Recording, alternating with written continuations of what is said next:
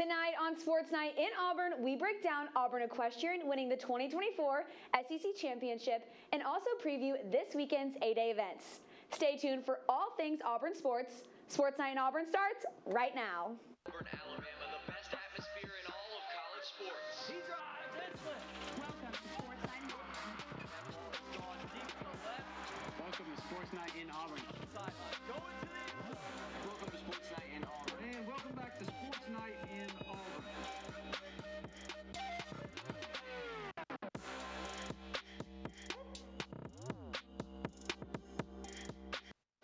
Welcome to Sports Night in Auburn. I'm Justin Stuckey. And I'm Valerie Heffernan. Justin, it's been a minute since we've been together. I know. I feel like I'm in Back to the Future. This was the original crew. We put on a show then, and we're going to put on a show now. Let's get to it. Yes, we are. Well, starting things off, congratulations are in order for Auburn Equestrian as they captured yet another SEC championship this weekend. This marks the 6th SEC championship in a row for the Tigers and their 7th overall. This was also the first win for first-year head coach Jessica Braswell. On Friday, the 3-seeded Tigers had a big 12-7 semifinal win against number 2 seed Georgia to send them to the final on Saturday, where they took on 1-seed host Texas A&M. Auburn had an outstanding performance, beating the Aggies 13-6 to secure the championship win. A&M came in second with Georgia and South Carolina in 3rd and 4th respectively. In addition, the honors kept rolling in for Equestrian as sophomore Caroline Friedenberg was named to the SEC Championship team for horsemanship after defeating both of her opponents over the weekend. Up next, the Tigers look to win another championship at the World Equestrian Center in Ocala, Florida, where they will be the host team for the 2024 NCEA Championship on Thursday, April 18th to Saturday, April 20th. Let's check out what head coach Jessica Braswell said about the team at the beginning of the season. What are you looking forward to most from this season? I think just showing some consistency and continuing to get better so that by the time we get to postseason, we're ready to go compete for championships. Oh, yeah, I heard y'all win a lot of those. We tried to. Another winning team this past weekend was the number 10 women's golf as they finished out the regular season with the first place win at the Liz Murphy Collegiate Classic in Athens, Georgia. This win marks the 2nd consecutive season Auburn has won this tournament. On the individual side, freshman Anna Davis tied for 2nd place, earning her best finish of the season, and senior Anna Foster got her 3rd top 10 finish of the season, tying for 7th place. 5th year Megan Schofield also made history, tying Sydney Clanton's program record for most birdies at 394. The team will start postseason play next in Bel Air, Florida on Friday, April 12th for the SEC Golf Championships. While men's golf wasn't competing, they still earned some recognition. Jackson Cavanagh received SEC Freshman of the Week after his outstanding performance at the Seahawk Intercollegiate last week. This is Cavanagh's 4th time this season getting SEC Freshman of the Week and 7th honor overall. He led Auburn to claim their 3rd straight win at the Seahawk Intercollegiate and finished 2nd individually, which was his 4th consecutive top 2 finish. The number 2 ranked Tigers will be back in action on April 15th as they head to West Point, Mississippi for the Mossy Oak Collegiate. This weekend will be a busy one on the Plains as it is A-Day weekend, highlighted by the annual spring football game. There are also many other home sporting events as well as an On the Victory autograph session and an alumni flag football game before the kickoff begins at 1 p.m. in Jordan-Hare. Highly coveted freshman wide receivers Cam Coleman and Bryce Kane spoke about their excitement for A-Day. Let's check out what they had to say. A-Day game, really just experience like being on the field and just like really just playing in front of the crowd. But it's all a learning experience and how like where I'll be and always learning from my mistakes. So like it's really a learning experience. I'm ready for it. I'm ready to see the fans and just being there is just the best part about it. Yeah, running through that tunnel, like being the first time as a player, it might be nerve-wracking, but also it'll be fun at the same time. And I'm just ready to get out there and show the fans what I can do. Val, with A-Day coming up, what are you looking forward to most? You know, I'm really excited to see the team dynamic of the Auburn Tigers. You know, last season was Coach Freeze's first time on the Plains as head coach. We've got a new coaching staff, new team, and just a big transition for him overall, coming from a small school like Liberty into the SEC. That's a huge transition. He kind of had a lot of kinks to work out. So I'm excited to see how this offseason has treated him and how he will act as head coach now. Yeah, his debut season for Auburn was definitely an adjustment year. I'm ready to see some good weather. Last year was a big slip and slide out there being rainy, but like you said, ready to see the new recruits, ready to see the new coaching staff, and see what Auburn can show a little bit in a little preseason action. Also on Saturday, the annual Tiger Trail ceremony will take place with 4 former Tigers set to be inducted. Among them is Auburn softball's Casey Cooper. Cooper played 4 seasons for Auburn, where she was named NFCA National Freshman of the Year in 2014 and SEC Player of the Year in 2016. She still holds the program records for home runs, RBIs, batting average, and on-base percentage. She also was the first Auburn softball player to be named an SEC Legend in 2023. After leaving Auburn, Cooper played for the U.S. Women's National Softball Team for 3 seasons, where she earned gold at the 2016 Women's Softball World Championship. She recently graduated from medical school and is now working on her residency. Former Auburn football linebacker Tegeo Spikes is also set to be inducted. Spikes played 3 seasons for the Orange and Blue from 1995 to 1997. In his final season, he led Auburn with 136 tackles and won MVP in the SEC Championship game. He went on to play 15 seasons in the NFL and is now currently an analyst for SEC Network. Next, Caitlin Atkinson from Auburn Gymnastics will also receive a plaque downtown. Atkinson attended Auburn from 2013 to 2016, where she was an 8-time All-American, the 2016 SEC Gymnast of the Year, and multiple All-SEC performer. She helped the team in its first ever NCAA regional title and was a major factor in Auburn's run to the 2015 NCAA Super 6. Today, she is now a physical therapist assistant. Lastly, Auburn men's basketball's Cliff Ellis will be honored. Ellis coached at Auburn for 10 years from 1994 to 2004. He led the Orange and Blue to the 1999 SEC Championship, winning Auburn's first SEC championship in 40 years. That year, Ellis was also the National Coach of the Year. Ellis also led Auburn to 2 Sweet 16 appearances under his tenure. He finished his career as the 9th winningest coach in NCAA history at Coastal Carolina in 2023. Moving on, we have another draft evaluation from reporter Micah Farmer. Here are his thoughts on defensive lineman Justin Rogers. Thanks, guys, and welcome back to Auburn Draft Evals, where this week we're taking a look at Justin Rogers.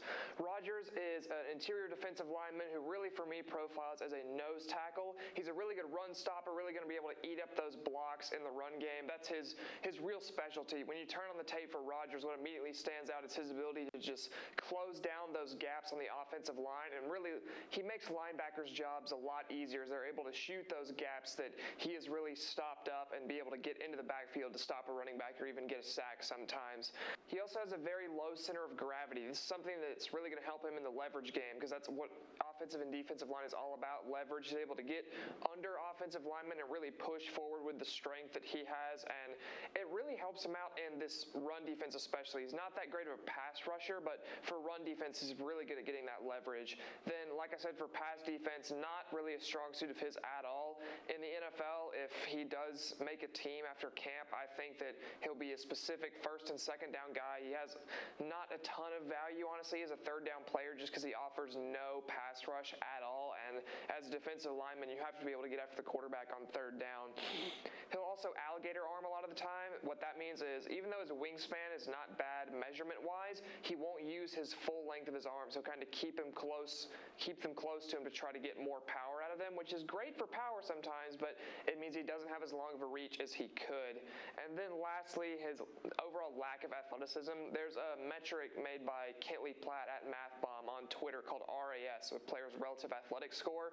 It measures not how good of a player they are, but how good of an athlete they are compared to every other player that's been tested on things like 40, 3-cone, all the athletic testing. And in that metric, out of 10, Rogers scored just a 1.04, and his 5.55 40 was a big part of that, which was under the 10th percentile all-time by defensive linemen. So not a great athlete, but just a powerful guy that's going to stop run gaps. I think he does get drafted. I think it's late on day 3, and I think that if he does make a team after camp, like I said, he's there as a first and second down rotational run stopper.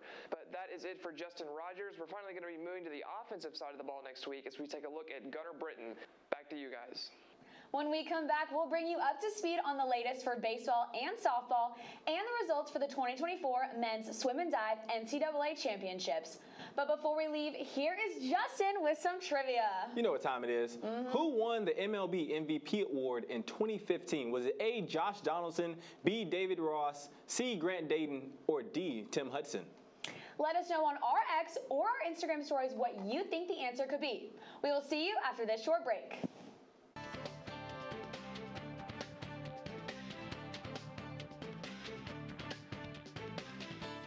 Welcome back to Sports Night in Auburn. I'm Valerie Heffernan. And I'm Justin Stuckey. If you said the answer was A, Josh Donaldson, then you were correct. Josh Donaldson won the American League MVP award in 2015 when he was a member of the Toronto Blue Jays. That year, he led the American League in runs with 122, RBIs with 123, and total bases with 352, while also hitting career best 41 home runs. Donaldson is a former Auburn Tiger who played for the Tigers for 3 years. The three-time All-Star recently announced his retirement after 13 seasons in the MLB. Even though Josh Donaldson is no longer in the MLB, Auburn still had representation on opening day. Last Thursday, the Orange and Blue had 3 former Tigers on opening day rosters. First baseman Garrett Cooper for the Chicago Cubs, second baseman Eddie Julian for the Minnesota Twins, and pitcher Casey Mize for the Detroit Tigers. Last week, Auburn baseball took on Jacksonville State at home in a midweek matchup. With coverage from the game, here's Eagle Eye's Morgan Sims. The Auburn baseball team seeks to bounce back after their losses last week as they face Jacksonville State University on the diamond. Right off the bat at the top of the first inning, Caleb Johnson for the Gamecocks hit a 2-run home run to center field, putting JSU up 2-0. Immediately after this run, there was a 39-minute rain delay. But Auburn came back with a vengeance as Ike Irish homered to center field and starting pitcher Christian Herberholtz retired 7 straight batters with 5 strikeouts. But the Gamecocks said, "I'm not going anywhere yet," as Brennan Norton hit an RBI double in the 3rd inning to drive in another run for the Gamecocks, making the score 3-2. It was all Auburn in the 4th and 5th inning. Bases were loaded and points were scored by McMurray, Bellew, Weiss, Wright, and Hernandez. The Tigers' combined effort put 11 more points on the scoreboard, leaving the Gamecocks with a lot of unanswered questions on defense. The 21-ranked Auburn Tigers matched a season high with 4 home runs en route to defeating Jacksonville State 13-3. For Eagle Eye TV, I'm Morgan Sims. After that W, Auburn looked ahead for a tough SEC road series against number 4 Texas A&M from Thursday to Saturday. Reporter Kegan Miller recaps the entire series for us. Let's take a look. Well, it was another tough weekend in SEC play for the Orange and Blue, as they got swept by the number 3 ranked Texas A&M Aggies. This brings Auburn's overall record to 16-11 and just 1-8 for SEC play. They are currently last in the SEC West and tied last in the SEC to Missouri, also at 1-8. Auburn did hang around in all 3 games last weekend, however, but ultimately got outgrinded in the end from the Aggies over in College Station. Game 1 ended 7-9, with starter Connor McBride getting jumped on early by A&M, allowing 2 runs in the first and allowing 4 more throughout the 4th inning, where he failed to record an out and gave up 3 unanswered. The Tigers had 2 3-run innings, both answered by 3-run innings from A&M themselves. The first came in the top of the 4th, where Mason Manners hit a 3-run blast, and again in the 6th due to costly errors from the A&M defense. Game 2 was much of the same story, with A&M scoring in their first inning and answering with more runs every time Auburn scratched some runs. Starter Chase Alsop lasted 4 2/3, allowing 5 earned runs. Despite the team having a rough night, Ike Irish certainly did not, going 3 for 5 with an RBI double and a grand slam in the 9th. But this wasn't enough to beat the Aggies, as the Tigers fell 12-8. Game 3 sang the same song, but in a different tune, with Auburn jumping out early to a 3-run lead, only to have the Aggies answer 2 of those runs in the bottom of the inning. But after a little back-and-forth action, it was decided that 9 innings was not enough to declare a winner. In fact, it took 12 innings to eventually crown the Aggies with the win and the sweep of the series. The talk of the Plains as of now is the sturdy and consistent bats in the middle of the order of Cooper McMurray and Ike Irish, one of just 3 pairs of teammates in the SEC, or in baseball that is, with 40-plus RBIs. The only highlight you can really talk about as an Auburn Tiger fan as of right now, as we near the midpoint of the 2024 season. With that, I'm Kegan Miller. I'll see y'all next week with more baseball news. The team is currently playing UAB and looks to bounce back for more SEC play, this time at Plaisman Park, against the number 4 Tennessee Volunteers. The other Diamond softball hosted number 4 Tennessee this weekend in a thrilling 3-game series. Following losses on Friday and Saturday, the Tigers were able to bounce back and stun the Vols, grabbing a 4-1 win. This is thanks to a big first and 6-inning runs, as well as a great performance in the circle from Maddie Penta. The team also celebrated Senior Day on Saturday, recognizing Michaela Packer for all of her hard work over the past 4 years. A perfect cap to the weekend, Packer scored her 100th career run in the win on Sunday. Coming up next, the Tigers will host in-state rival Sanford tomorrow, where it will be Taylor Swift night at Jane B. Moore Field. They will also follow hosting the War Eagle Classic with doubleheaders against Louisiana Tech and Georgia Tech on Friday and Saturday. The number 9 men's swim and dive team finished out at the NCAA Championships this past Saturday in Indianapolis with 11 Tigers competing. They finished in 12th place with a final score of 100 points. Arizona State claimed their first ever title with 523.5 points. 10 Auburn athletes earned a total of 21 All-American honors.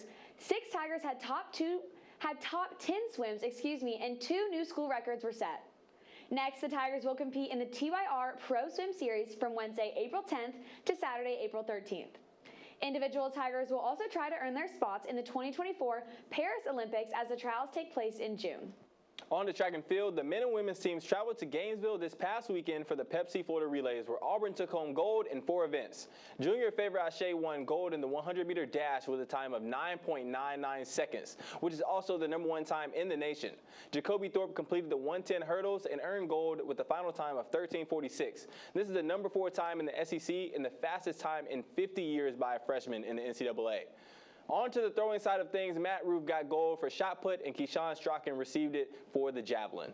Up next, the number 5 men and the women's team will send some to Tuscaloosa for the Crimson Classic and some to Miami for the Hurricane Invitational. Before we get into trivia, more honors came in for Auburn gymnastics after the SEC championships. 5th-year Cassie Stevens secured All-SEC in both the all-around and vault for the 2nd straight year.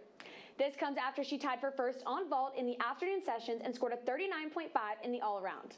Stevens also received WCGA All-American honors, being named to the All-American second team in the all-around. This is the first All-American honor for Stevens. Freshman Julianne Huff also earned recognition, the first of her collegiate career. She received All-SEC and All-SEC freshman honors for vault and was also named to the All-Freshman team for floor. She led all Tigers as well as all freshmen on floor, tying her career high of 9.875, as well as tying Stevens on vault with a 9.9.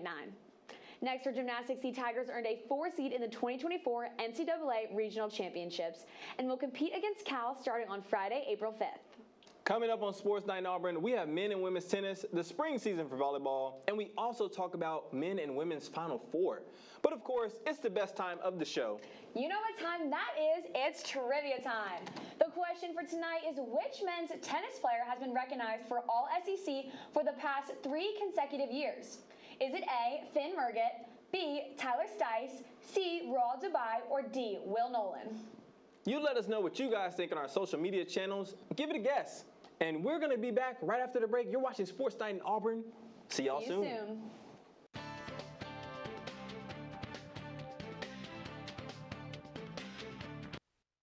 Welcome back to Sports Night in Auburn. I'm Justin Stuckey. And I'm Valerie Heffernan. If you guessed the answer choice B, Tyler Stice, then you are right.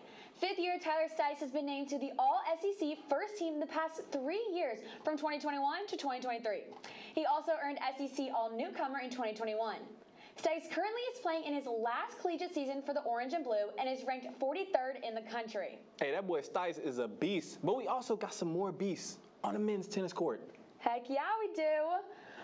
Well, speaking of men's tennis, the number 25 ranked Tigers fell 4-3 to Arkansas this past Sunday. They look to bounce back at home during A-Day weekend with 2 ranked games set. Friday, they will challenge number 21 Alabama with number 13 Mississippi State afterwards on Sunday. On to the women's side of things. Number 16 women's hosted a 2 top 25 matchup this past weekend. The Lady Tigers fell to number 24 Tennessee Friday 4-3, getting their first home loss of the season. But they looked to bounce back in a major way against number 4 Georgia on Sunday. They were able to capture the upset in the 4-3 win in the regular season finale. Sunday's game also celebrated 4 seniors Ariana Arsenault, Carolyn Ansari, Allie Despain, and Adeline Flack. Also, in tennis news, graduate student Celine Ovank was named the SEC Player of the Week last week after her performances helped the Tigers grab ranked wins against Ole Miss and Mississippi State. Up next, the Orange and Blue will have the Iron Bowl of tennis when they travel to Tuscaloosa on Friday to take on number 23 Alabama. Although basketball season has come to an end for Auburn, there still has been some news and honors for women's basketball. Honesty Scott Grayson was named a regional finalist for All-American by the Women's Basketball Coaches Association. She is one of 8 regional finalists in Region 2 and 52 nationwide. She was a key player this season in leading Auburn to its first NCAA tournament bid since 2019. Scott Grayson will be playing in the 2024 Women's College All-Star Game in Cleveland, Ohio this Saturday. In other player news, Taylon Collins was named to the College Sports Communicators Academic All-District Team. This honor recognizes the top student athletes for their performances on the court and in the classroom. Collins is only the 3rd Auburn Tiger to be named. In addition, it was announced that Collins will be using her 5th year of eligibility to play for Auburn next season. It was also revealed that the past 2 seasons, Auburn has the 3rd best in the SEC home court wins with 28. Auburn is trailing right behind South Carolina with 32 and LSU with 33. You know, Val, Auburn's women's basketball had a breakout year. And it's so sad to see that their season is over, but the basketball season is still going for the women's. What do you think about the Final Four that's coming up this weekend? You know, I think this is going to be a great play-off Final Four for women's basketball. There are some real powerhouse teams we got. South Carolina, Iowa, UConn, and NC State. South Carolina is still undefeated this far into the tournament, so I think it'll be really interesting to see if they can hold that streak. Maybe come out on top with the championship and an undefeated season. That would be crazy. And then we also have Caitlin Clark over on Iowa trying to take home that national championship. So that'll be a real brawl to see what happens. I think it's going to be a movie. We looked at the game last night, and it was the most viewed game for women's basketball ever. LSU versus Iowa. Iowa advances. I'm ready to see Caitlin Clark versus Paige Beckers, and South Carolina's dominant as always. So it's going to be some exciting basketball to watch for the women. Definitely. Make sure you guys tune in. Switching over to men's basketball, head coach Bruce Pearl spoke with the media to talk about the end of the season. Let's see what he had to say. We get so excited as fans. My goodness gracious, this was a team that we enjoyed watching as much as anybody. It's a really fun team to watch. This was a team that was not a preseason top 25 team. I never said that. I thought this was a good team that had a chance to be very good. It turned out to be a very good chance with a team with a chance to be great. Iowa State and Auburn were the only 2 teams that got into the top 10 that weren't picked in the top 10 or top 25. Which tells you that I think this team worked really, really hard. The fact that we could lose to Yale speaks volumes about the 27 games that we did win. Probably at Appy State, maybe Kentucky at home, but they played so very, very well. This team beat the teams they were supposed to beat almost every night. And for that, I compliment them, and for that, I'm proud of them because they prepared, and they trained, and they worked hard, and they played well together, and obviously they were unselfish, and so it was a great season. They won a championship, the 4th team in 7 years, the 4th different team in 7 years to win a championship in the SEC. SEC championships matter. They matter to me. I think they matter to our fans. I think they matter to the Auburn family. And I don't know that anybody over the last 7 years in the SEC can say that they've won 4 different teams have won championships. So at the end of the day, if that's not good enough, I don't know what is. And our guys are a little sensitive to it. And here's the last thing. I'm not asking anybody to kiss my ass.